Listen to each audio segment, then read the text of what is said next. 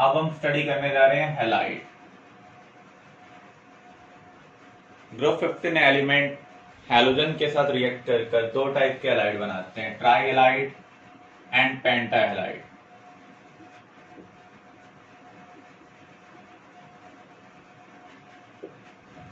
अगर हम फास्फोरस को क्लोरीन के साथ लिमिटेड अमाउंट में हीट करते हैं तो हमें क्या मिलेगा, PCl3। अगर हम क्लोरीन को एक्सेस अमाउंट में लेते हैं तो हमें क्या मिलेगा, PCl5।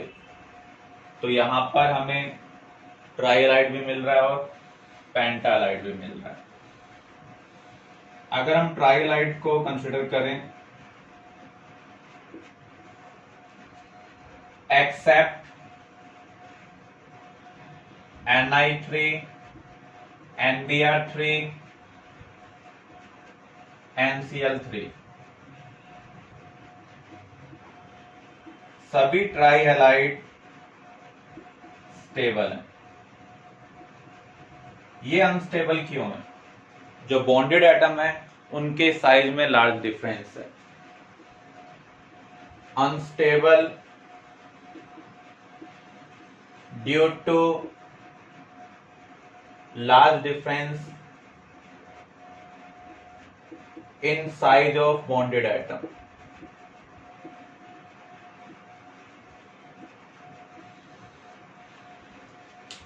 स्ट्रक्चर को अगर हम कंसिडर करें किसी भी ट्राइलाइड के अंदर, जैसे PCl3, यहां पर कितने बॉन्ड पेयर हैं? जितने सराउंडिंग एटम होंगे उतने ही बॉन्ड पेयर होंगे। अब हमें लोन पेयर निकालने हैं। लोन पेयर हम कैसे निकालते हैं? Number of valence electron in central atom. Phosphorus के पास कितने वैलेंस इलेक्ट्रॉन है? 5। कितने इलेक्ट्रॉन इसने सराउंडिंग एटम को प्रोवाइड किए हैं? एक क्लोरीन को अपना ऑक्टेट कंप्लीट करने के लिए 1 इलेक्ट्रॉन चाहिए। तो यहां पर 3 क्लोरीन को 3 इलेक्ट्रॉन चाहिए। तो फास्फोरस ने 5 में से 3 इलेक्ट्रॉन प्रोवाइड कर दिए हैं। जो डिफरेंस होगा उसको 2 से डिवाइड कर देंगे, क्योंकि पेयर का मीनिंग क्या होता है? Set of 2। तो यहां पर लोन पेयर क्या आ रहा है? 1। 3 बॉन्ड पेयर, लोन पेयर 1 है, तो इसकी ज्योमेट्री क्या होगी? Trigonal pyramidal. तो यहां पर आप देख सकते हैं सेंट्रल एटम के पास लोन पेयर प्रेजेंट है, तो हम क्या कह सकते हैं? Tri halide act as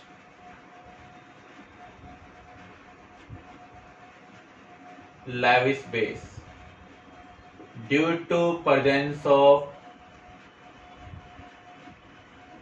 lone pair on central atom। जो सेंट्रल एटम है उसके पास क्या प्रेजेंट है? Lone pair. इसलिए कैसे एक्ट करते हैं? As a Lewis base act करते हैं। Accept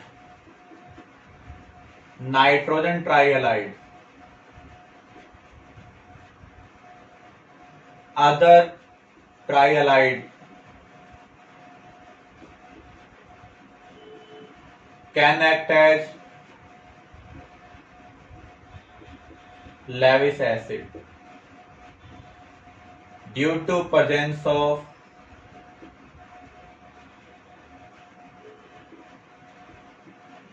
vacant d orbital. अगर हम PCl3 में फास्फोरस को कंसिडर करें, फास्फोरस का कॉन्फ़िगरेशन क्या है?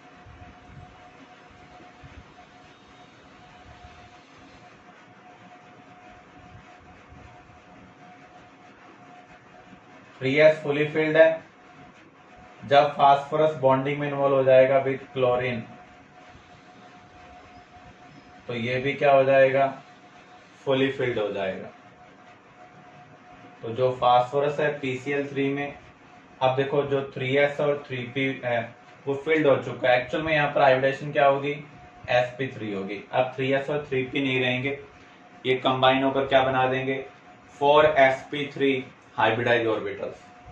तो यहाँ पर अब ये फुली फिल्ड है, लेकिन जो 3d सबशेल है वो क्या है?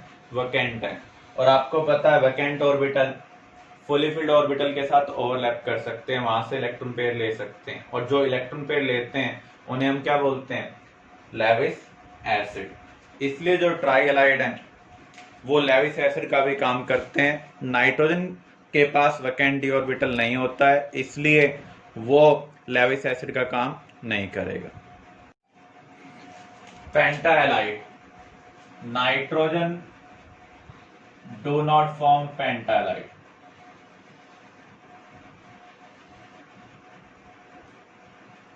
आप ये कह सकते हैं PCl5 तो एग्जिस्ट करता है, लेकिन NCl5 एग्जिस्ट नहीं करता। इसका रीजन क्या है? नाइट्रोजन के आउटरमोस्ट शेल में 4 ऑर्बिटल्स हैं, इसके पास कोई वैकेंट डी ऑर्बिटल नहीं है, इसलिए नाइट्रोजन पेंटाहैलाइड नहीं बना सकता। अगर आप नाइट्रोजन के कॉन्फ़िगरेशन को देखें, 2s 2p, 2s completely filled है, 2p हाफ फिल्ड है, तो यहां पर ये 3 कोवलेंट बॉन्ड और एक कोऑर्डिनेट बॉन्ड बना सकता है। इसकी मैक्सिमम कोवलेंसी क्या हो सकती है, 4 हो सकती है। लेकिन जो फास्फोरस है उस केस में ग्राउंड स्टेट में तो इसके पास 3 अनपेयर्ड इलेक्ट्रॉन है,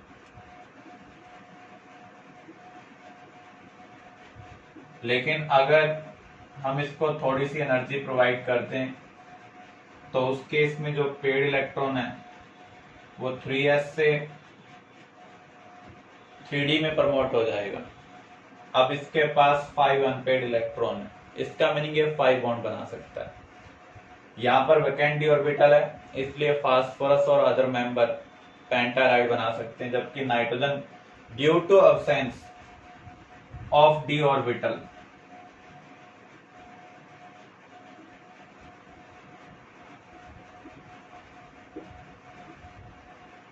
can't form pentahalide. Clear?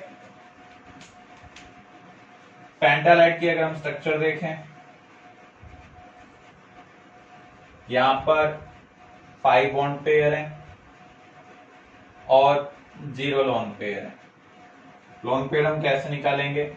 Phosphorus के पास 5 वैलेंस इलेक्ट्रॉन, एक क्लोरीन को 1 चाहिए, 5 क्लोरीन को 5, इस डिफरेंस को हम 2 से डिवाइड कर दें तो यहां पर लोन पेयर कितने आ रहे हैं, 0 आ रहे हैं, और बॉन्ड पेयर कितने हैं, 5। तो यहां पर हाइब्रिडेशन क्या होगी, sp3d। ज्योमेट्री क्या होगी इसकी,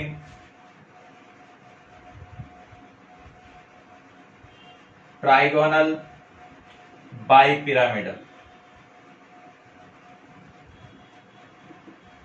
3 phosphorus chlorine bond equatorial plane में, हॉरिजॉन्टल प्लेन में, एक क्लोरीन वर्टिकली अप है और दूसरा क्लोरीन वर्टिकली डाउन है। तो यहां पर एक पिरामिड ऊपर की ओर बन रहा है और एक पिरामिड नीचे की ओर बन रहा है, इसलिए हम इसे क्या कहेंगे, trigonal bipyramidal.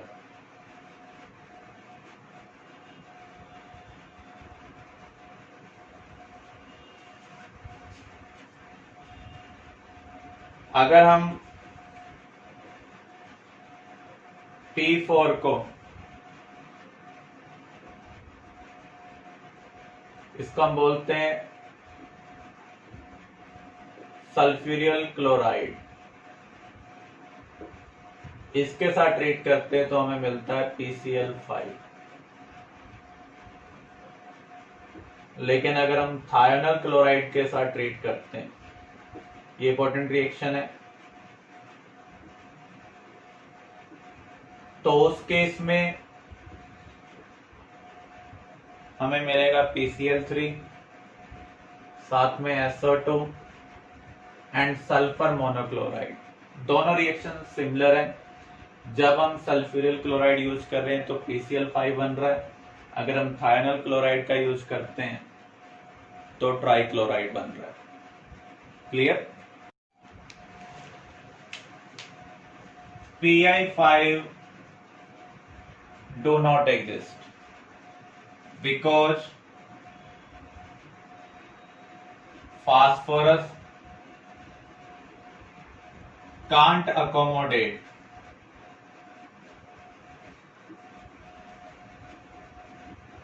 five big iodine atom around it. जो आयोडीन है उसका साइज बड़ा है, जिसकी वजह से फास्फोरस 5 आयोडीन को अपने अराउंड एडजस्ट नहीं कर सकता, इसलिए PI5 एग्जिस्ट नहीं करता। PCl5 सॉलिड स्टेट में कैसे एग्जिस्ट कर रहा है? As ionic solid. PCl4 positive, PCl6 negative. अगर सॉलिड स्टेट में आपसे हाइब्रिडेशन पूछ ली जाए PCl5 में फास्फोरस की, तो क्या होगी? यहाँ पर अगर आप देखेंगे बॉन्ड पेयर 4 है, लोन पेयर कितने? 0। तो यहाँ पर हाइब्रिडेशन क्या आ रही है? sp3। यहाँ पर 6 बॉन्ड पेयर है, 0 लोन पेयर है, तो यहाँ पर हाइब्रिडेशन क्या होगी? sp3d2। अगर PCl5 गैसियस स्टेट में पूछा जाए तो यहाँ पर 5 बॉन्ड पेयर, 0 लोन पेयर है, तो यहाँ पर जो हाइब्रिडेशन है वो क्या है? sp3d। PbR5 सॉलिड स्टेट में ये भी कैसे एग्जिस्ट कर रहा है? As ionic solid.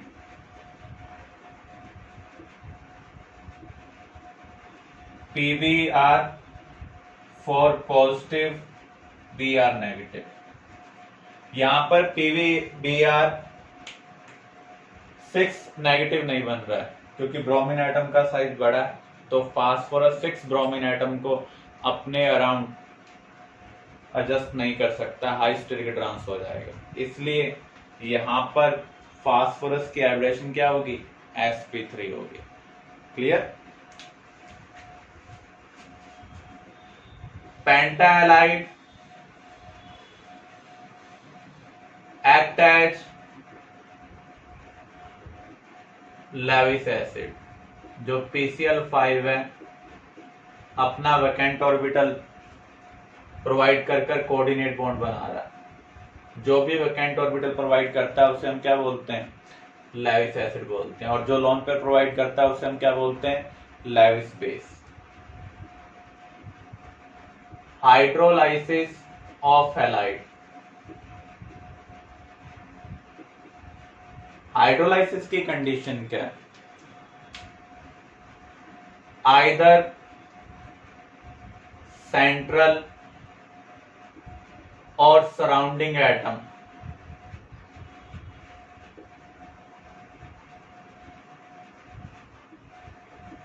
Contain vacant orbital. अगर किसी मॉलिक्यूल में सेंट्रल या सराउंडिंग एटम के पास वैकेंट ऑर्बिटल है तो उसका हाइड्रोलाइसिस हो सकता है। हाइड्रोलाइसिस का मीनिंग क्या है? वाटर की हेल्प से ब्रेक होना। ब्रेक होने के बाद वाटर का पॉजिटिव या नेगेटिव पार्ट अटैच होना। तो यहां पर कंडीशन क्या है? तो सेंट्रल एटम के पास वैकेंट ऑर्बिटल होना चाहिए या फिर सराउंडिंग के पास। अगर सेंट्रल एटम के पास वैकेंट ऑर्बिटल है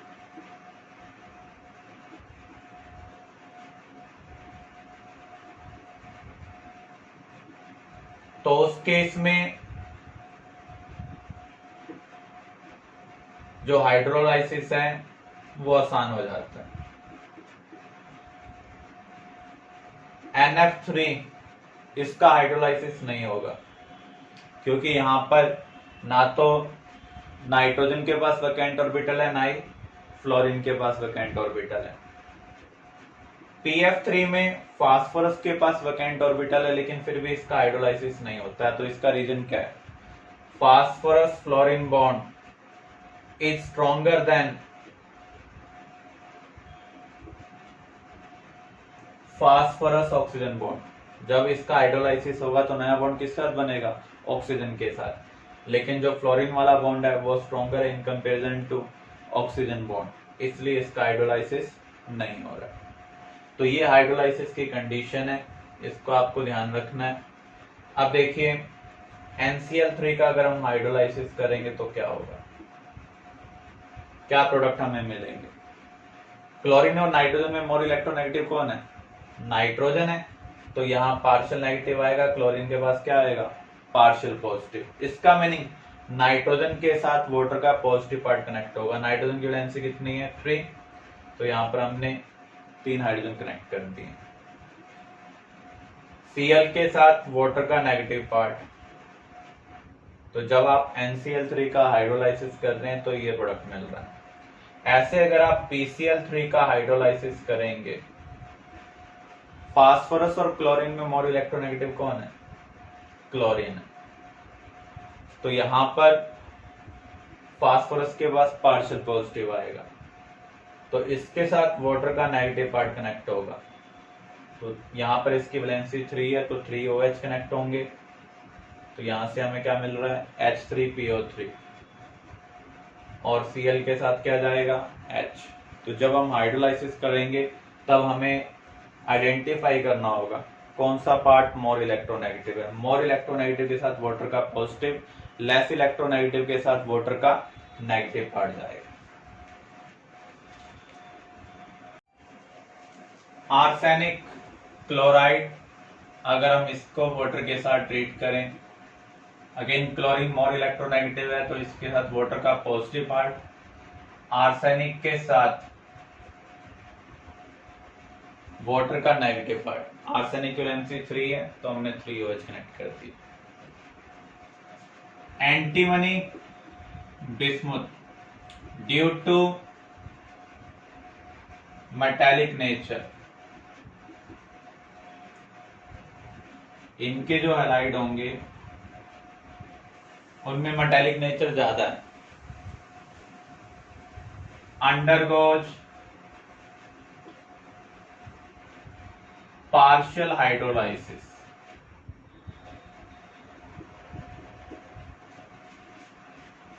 जैसे SbCl3 का अगर हम हाइड्रोलाइसिस करते हैं तो यहां पर 2 Cl हट जाएंगे, 2 OH लगेंगे, 2 OH में से वाटर निकाल दें तो क्या बचेगा, सिंगल ऑक्सीजन, तो यहां पर हमें क्या मिल रहा है, SbOCl, इन्हें हम क्या कहेंगे, ऑक्सीक्लोराइड, और Cl के साथ वाटर का पॉजिटिव पार्ट जाएगा। तो यहां पर सभी हैलोजन रिमूव नहीं हो रहे, कुछ हैलोजन रिमूव हो रहे हैं। ऐसे ही अगर हम बिस्मुथ क्लोराइड को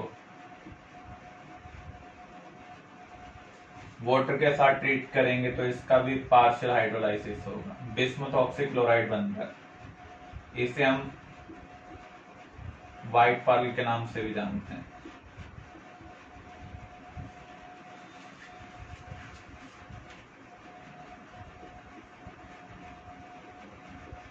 bismuth पेंटाहाइलाइड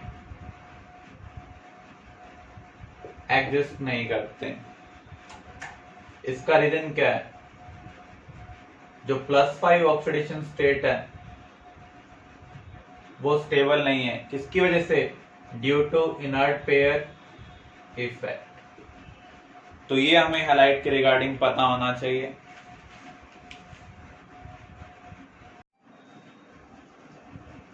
group 15 elements react with oxygen form oxide, जो नाइट्रोजन है वो 5 टाइप के ऑक्साइड बना रहा है। तो यहां पर अब हम टॉपिक स्टार्ट कर रहे हैं, oxide, nitrogen form 5 type of oxide, N2O, nitrous oxide, और इसका एक दूसरा नाम हो रहा है लाफिंग गैस। अगर हम स्मॉल क्वांटिटी में इसको इनहेल कर लेते हैं तो उस केस में जो लाफिंग नेचर है वो आ जाता है। अगर हम ज्यादा अमाउंट इसका स्मेल कर लें तो उस केस में हम सेंसलेस हो जाएंगे। इसका मीनिंग हम इसको एज ए एनेस्थेटिक भी यूज कर सकते हैं। एनेस्थेटिक क्या होता है, किसी बॉडी पार्ट को सेंसलेस करने के लिए जो हम केमिकल यूज करते हैं। यहां पर नाइट्रोजन की ऑक्सीडेशन स्टेट +1 है, इसलिए हम इसे नाइट्रोजन 1 ऑक्साइड भी कह सकते हैं।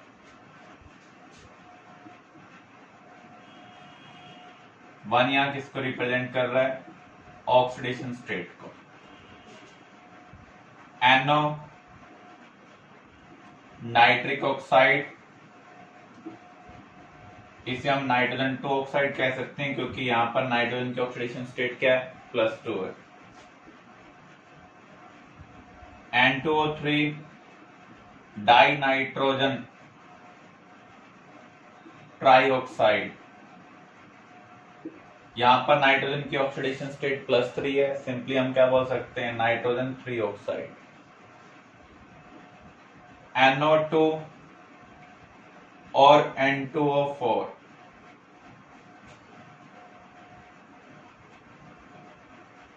नाइट्रोजन डाइऑक्साइड, या फिर हम कहेंगे die nitrogen tetroxide. Oxidation state यहां पर क्या है, +4, इसलिए हम इसे नाइट्रोजन 4 ऑक्साइड भी बोल सकते हैं। N2O5 die nitrogen pentoxide,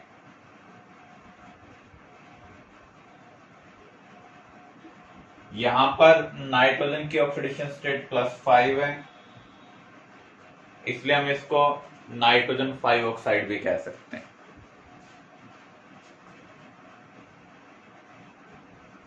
other को अगर हम कंसिडर करें, 2 टाइप के ऑक्साइड बनेंगे, एक +3 ऑक्सीडेशन स्टेट के साथ और दूसरा +5, जैसे P4O6, P4O10। यहां पर फास्फोरस की ऑक्सीडेशन स्टेट क्या है, +3, और यहां क्या है, +5, तो इसे हम क्या बोलेंगे, फास्फोरस 3 ऑक्साइड। ये क्या है, फास्फोरस 5 ऑक्साइड है। तो यहां पर +3 +5 ऑक्सीडेशन स्टेट को हम ऑक्साइड के नेम में रिप्रेजेंट कर रहे हैं।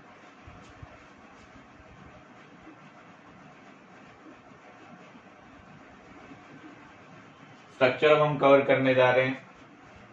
जब भी सेकंड पीरियड से एलिमेंट बिलोंग करते हो तो उस केस में हम स्ट्रक्चर कैसे बना सकते हैं, आपको यूज करना है NP-NR। NP का मीनिंग क्या है, number of valence electron present in outermost shell of all the atoms. Nitrogen के आउटरमोस्ट शेल में कितने इलेक्ट्रॉन है, 5, 2 नाइट्रोजन है, 2 × 5। ऑक्सीजन के आउटरमोस्ट शेल में 6, तो यहां पर 16 इलेक्ट्रॉन आउटरमोस्ट शेल के अंदर प्रेजेंट है। कितने इलेक्ट्रॉन रिक्वायर्ड हैं, अब हमें ये कंसिडर करना है। कोई भी एलिमेंट बॉन्डिंग में पार्टिसिपेट क्यों करता है, अपने आउटरमोस्ट शेल को कंप्लीट करने के लिए। हाइड्रोजन के आउटरमोस्ट शेल में 2 इलेक्ट्रॉन होने चाहिए, अदर के 8 होने चाहिए, तो इन सभी के पास 8 इलेक्ट्रॉन होने चाहिए। तो ऐसे 3 एटम है जिनको अपना ऑक्टेट कंप्लीट करना है। तो यहां पर NR क्या आ रहा है, 24। नंबर ऑफ बॉन्ड्स,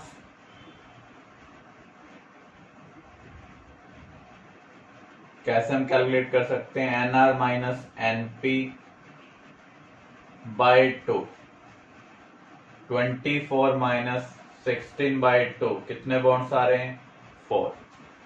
यहां पर जो लिस्ट इलेक्ट्रोनेगेटिव एटम है उसे हम क्या लेंगे, सेंट्रल एटम। तो एक नाइट्रोजन को हम यहाँ पर सेंट्रल एटम ले रहे हैं, अदर एटम को हम क्या लेंगे, सराउंडिंग एटम। तो यहां पर टोटल 4 बॉन्ड बनाने हैं। तो यहां पर एक पॉसिबिलिटी तो ये हो सकती है, अदर पॉसिबिलिटी क्या हो सकती है, इधर भी डबल हो और इधर भी क्या हो, डबल हो।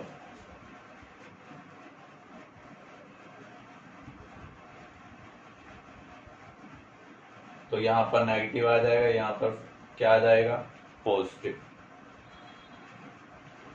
तो ये दो रेजोनेंस स्ट्रक्चर नाइट्रस ऑक्साइड की पॉसिबल है।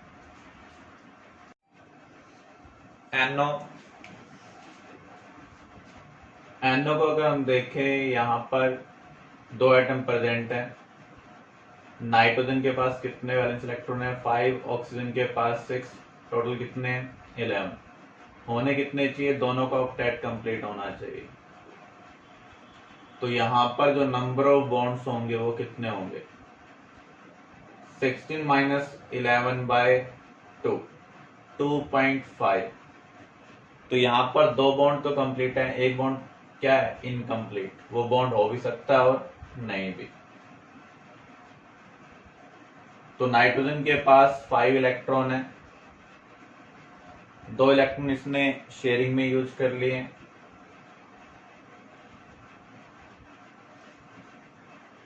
ऐसे ऑक्सीजन के पास 6 इलेक्ट्रॉन है, तो इसने 2 इलेक्ट्रॉन शेयरिंग में यूज कर लिए, 4 इलेक्ट्रॉन बच गए।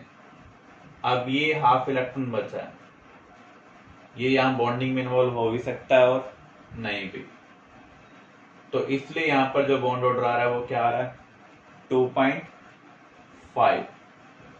नेक्स्ट है N2O3, डाई नाइट्रोजन ट्राइऑक्साइड। अगर हम यहां पर कैलकुलेट करें Np क्या होगा? नाइट्रोजन के पास 5 है, तो 2 इंटू 5 10। ऑक्सीजन के पास 6, 6 इंटू 3 18। टोटल 28 इलेक्ट्रॉन प्रेजेंट है। होने कितने चाहिए? सभी का ऑक्टेट कंप्लीट होना चाहिए। तो यहां पर नंबर ऑफ बॉन्ड्स कितने आ रहे हैं? 40 माइनस 28 बाई 2, 6। अब हम यहां पर स्ट्रक्चर देखते हैं क्या क्या पॉसिबल हो सकती है। नाइट्रोजन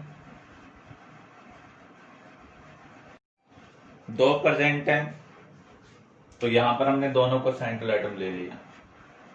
ऑक्सीजन को इक्वली डिवाइड कर लें। ऑक्सीजन जो एक्स्ट्रा वो बीच में भी आ सकती है और साइड में भी। तो यहां पर हम दोनों पॉसिबिलिटी के हिसाब से स्ट्रक्चर बना लेते हैं। टोटल बॉन्ड हमें कितने बनाने थे? 6। तो पहले तो हम सिंगल सिंगल बना लेते हैं। तो यहां पर 6 बॉन्ड कंप्लीट नहीं हो रहे,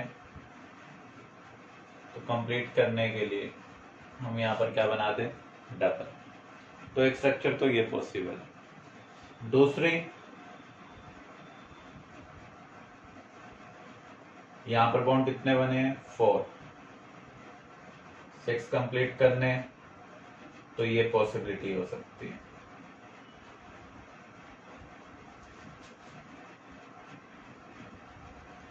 तो ये दो टाइप के स्ट्रक्चर पॉसिबल हो सकती हैं रिगार्डिंग N2O3। ये डिफरेंस क्यों आ रहा है? एक्चुअल में NO और NO2 कंबाइन होकर इसकी फॉर्मेशन करते हैं। अगर कनेक्शन नाइट्रोजन का ऑक्सीजन से हो जाए तो आपको ये स्ट्रक्चर मिलेगी। अगर कनेक्शन नाइट्रोजन का नाइट्रोजन के साथ ही हो तो उस केस में आपको ये स्ट्रक्चर मिलेगी। तो यहां पर दो पॉसिबिलिटी। क्लियर?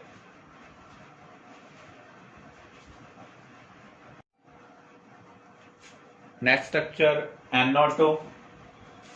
NO2 में NpNr की वैल्यू क्या होगी? Np है 5 प्लस 6 इंटू 2 17। Nr सभी का ऑक्टेट कंप्लीट करना है 24। तो नंबर ऑफ बॉन्ड्स यहाँ पर कितने आ रहे हैं? 24 माइनस 17 बाई 2, 3.5। जब सेकंड पीरियड एलिमेंट हो तो उस केस में वो अपनी वैलेंसी के अकॉर्डिंग ही बॉन्ड बनाते हैं। नाइट्रोजन की वैलेंसी क्या है? 3, तो मैक्सिमम 3 बॉन्ड बना सकता है, 3.5 नहीं बना सकता है। तो यहां पर हमें टोटल बॉन्ड्स 3.5 बनाने हैं। नाइट्रोजन यहां पर हमने सेंट्रल एटम ले लिया है, इसके अराउंड ऑक्सीजन होंगे, इधर सिंगल इधर डबल। अब यहां पर एक इलेक्ट्रॉन बच गए, 0.5 इसी चीज को रिप्रेजेंट कर रहा है। इसका मीनिंग ये ऑड इलेक्ट्रॉन स्पीसीज है। ये क्या है? Odd electron species. ऐसे ही जो हमने पढ़ा था NO, वहां पर भी इसी टाइप का नंबर ऑफ बॉन्ड्स आ रहे थे पॉइंट की फॉर्म में, तो वहां पर भी ऑड इलेक्ट्रॉन बचा हुआ है। तो NO2 की 2 यूनिट कूलिंग करने पर कंबाइन होकर क्या बनाती हैं, N2O4, क्योंकि दोनों का अनपेड इलेक्ट्रॉन आपस में शेयरिंग में इन्वॉल्व हो जाता है और किसकी फॉर्मेशन कर रहे हैं, डाइमर। अगर आप इसको हीट करेंगे तो वापस ये किस में कन्वर्ट हो जाएगा, NO2 में कन्वर्ट हो जाएगा। तो NO2 और N2O4 एक ही है, टेम्परेचर डिपेंडेंट है। हाई टेम्परेचर पर NO2 एग्जिस्ट करता है, लो टेम्परेचर पर N2O4। तो जब आप इसको आइस कूल करते हैं तो ये डाइमर बना रहा है। नेक्स्ट है N2O5,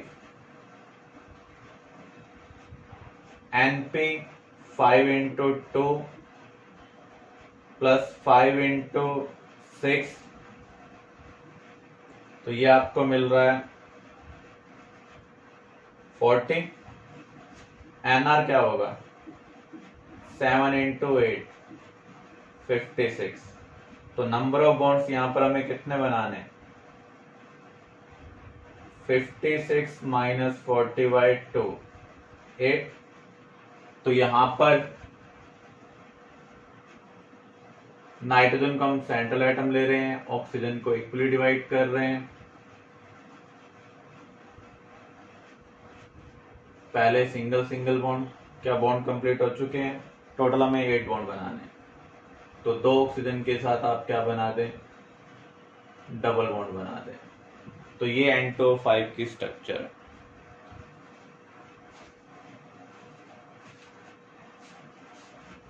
इसकी फिजिकल स्टेट क्या है, ये कलरलेस गैस है।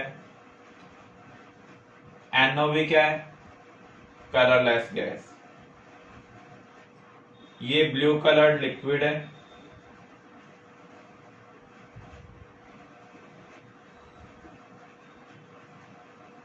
This is brown coloured gas.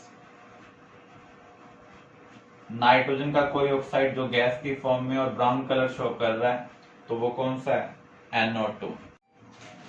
N2O5 ये कलरलेस आयनिक सॉलिड है और आयनिक स्टेट में इसके पास आयन कौन कौन से हैं, NO2 positive, NO3 negative. This is colourless ionic solid. अब हम प्रिपरेशन को कंसिडर करने जा रहे हैं, कैसे हम डिफरेंट टाइप ऑफ ऑक्साइड को प्रिपेयर कर सकते हैं। अमोनियम नाइट्रेट, जब आप इसे हीट करेंगे तो हमें प्रोडक्ट क्या मिलेगा। सबसे पहले यहां पर आप नाइट्रोजन की ऑक्सीडेशन स्टेट देखें। नाइट्रोजन की ऑक्सीडेशन स्टेट यहां पर -3 और यहां +5 है। जब किसी भी कंपाउंड के अंदर एक ही एलिमेंट की डिफरेंट ऑक्सीडेशन स्टेट हो और आप उसे डिकम्पोज करें, प्रोडक्ट में आपको एवरेज ऑक्सीडेशन स्टेट मिलेगी। इसका एवरेज क्या होगा, -3 + 5/2, यानी प्रोडक्ट में इसकी ऑक्सीडेशन स्टेट क्या होनी चाहिए, +1 होनी चाहिए। तो हमें मिल रहा है N2O। यहाँ पर नाइट्रोजन की ऑक्सीडेशन स्टेट क्या है, +1। सभी हाइड्रोजन वाटर की फॉर्म में रिमूव कर दें। तो इस तरीके से हम नाइट्रस ऑक्साइड को प्रिपेयर कर सकते हैं by decomposition of ammonium nitrate. ये क्या है, नाइट्रेट। नाइट्रेट और नाइट्राइट में कंफ्यूजन होता है, जिसमें ज्यादा ऑक्सीजन होंगे उसके आगे क्या आएगा, 8, जिसमें कम ऑक्सीजन होंगे उसके आगे क्या आएगा, IT। तो यहाँ पर 3 ऑक्सीजन है। नाइट्राइट में क्या होता है, NO2 1 नेगेटिव, तो वहां पर कम ऑक्सीजन है, तो इसलिए हम वहां पर यूज करते हैं ITE। तो अमोनियम नाइट्रेट का डिकम्पोजिशन करने पर आपको क्या मिल रहा है, नाइट्रस ऑक्साइड मिल रहा है। नाइट्रिक ऑक्साइड हमें कैसे मिलेगा, अगर आप नाइट्रोजन को ऑक्सीजन के साथ हाई टेम्परेचर पर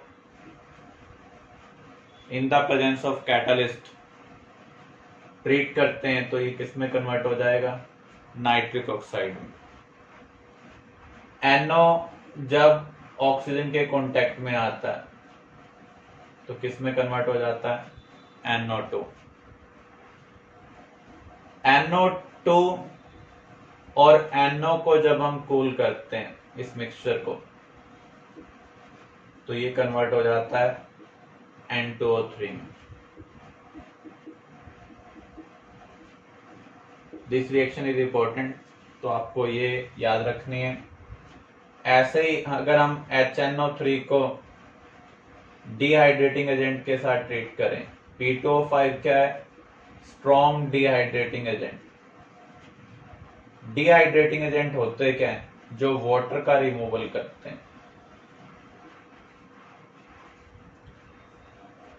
तो यहां पर एक मॉलिक्यूल में से तो वाटर का रिमूवल हो नहीं सकता, तो दो मॉलिक्यूल में से वाटर का रिमूवल करना पड़ेगा, क्योंकि एक मॉलिक्यूल में तो एक ही हाइड्रोजन है। तो यहां अगर हम दो मॉलिक्यूल में से एक वाटर का रिमूवल करेंगे तो क्या बचेगा, N2O5। तो N2O5 यहां पर क्या है, एनहाइड्राइड ऑफ नाइट्रिक एसिड। अगर हम किसी भी एसिड में से वाटर रिमूव कर दें, जो ऑक्साइड आपको मिलेगा उसे हम क्या बोलेंगे, एनहाइड्राइड ऑफ दिस एसिड। तो N2O5 क्या है, नाइट्रिक एसिड का एनहाइड्राइड है। क्लियर। अब हम कवर करते हैं ऑक्साइड ऑफ फास्फोरस। कौन कौन से हैं, P4O6, P4O10। ये क्या है, colourless vaccine solid with garlic smell. ये कलरलेस क्रिस्टलाइन सॉलिड है।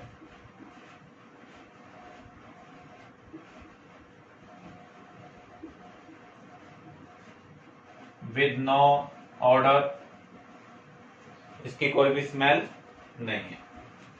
P4O6 और P4O10 की स्ट्रक्चर क्या होगी,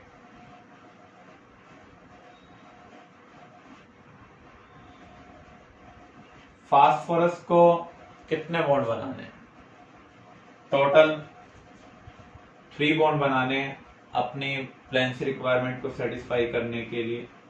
अब ये जो भी बॉन्ड बनाएगा ऑक्सीजन के थ्रू बनाएगा, तो इसने इस ऑक्सीजन के थ्रू इस फास्फोरस के साथ बॉन्ड बना लिया। सिमिलर वे में इधर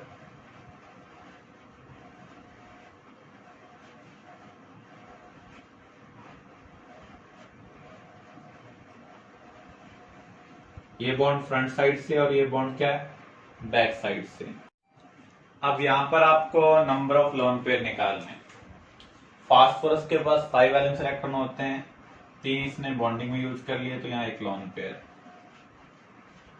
ऐसे ऑक्सीजन के पास देखें, ऑक्सीजन के पास 6 वैलेंस इलेक्ट्रॉन होते हैं, 2 तो बॉन्डिंग में यूज कर लिए, तो यहाँ पर 2 लोन पेयर है हर ऑक्सीजन के पास।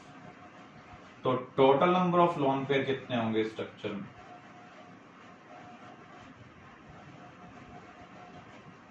हर ऑक्सीजन के पास 2 है, ऑक्सीजन कितनी है 6, तो 12 लोन पेयर तो ऑक्सीजन के पास है, हर फास्फोरस के पास एक लोन पेयर है। तो total number of lone pair कितने होंगे, 2 × 6 + 1 × 4, टोटल 16 लोन पेयर यहाँ पर प्रेजेंट है। अब हम P4O10 को देखें, सिमिलर स्ट्रक्चर है।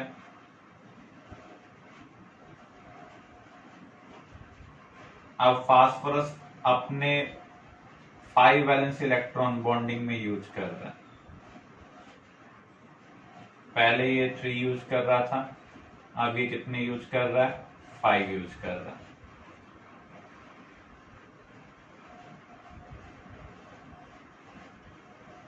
तो ये P4O10 की स्ट्रक्चर है। सिमिलर वे में यहां पर भी आप लोन पेयर काउंट कर सकते हैं। हर ऑक्सीजन के पास कितने लोन पेयर होंगे, 2।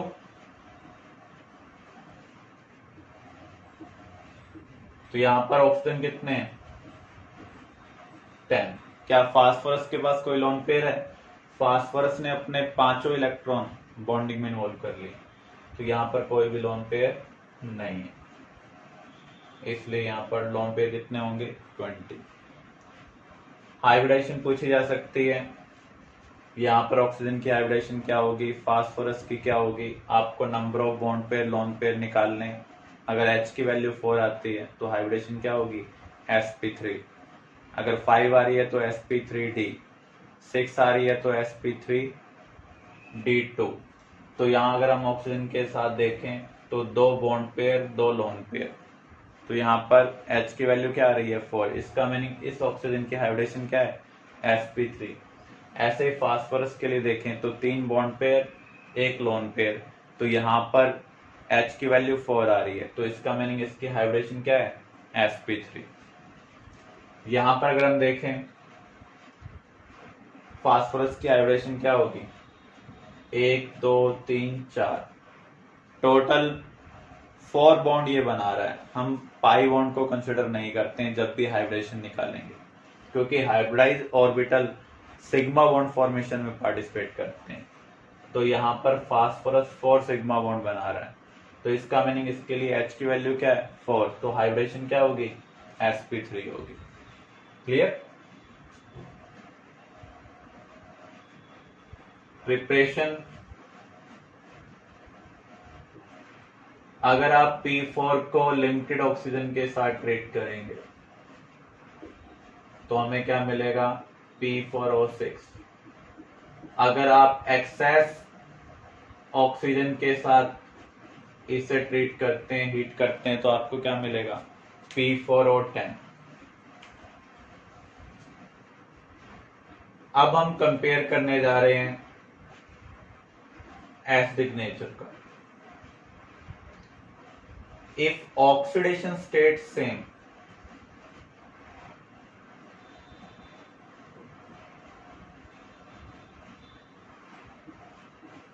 but different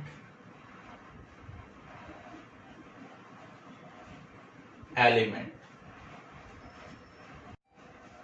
For example, हमारे पास है N2O5, P4O10, AS4O10, SB4O10, B2O5। यहाँ पर सभी की ऑक्सीडेशन स्टेट क्या है +5 है।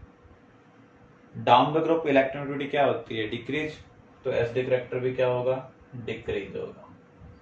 इन ऑक्साइड में से नाइट्रोजन और फास्फोरस के जो ऑक्साइड है वो एसिडिक नेचर शो करते हैं,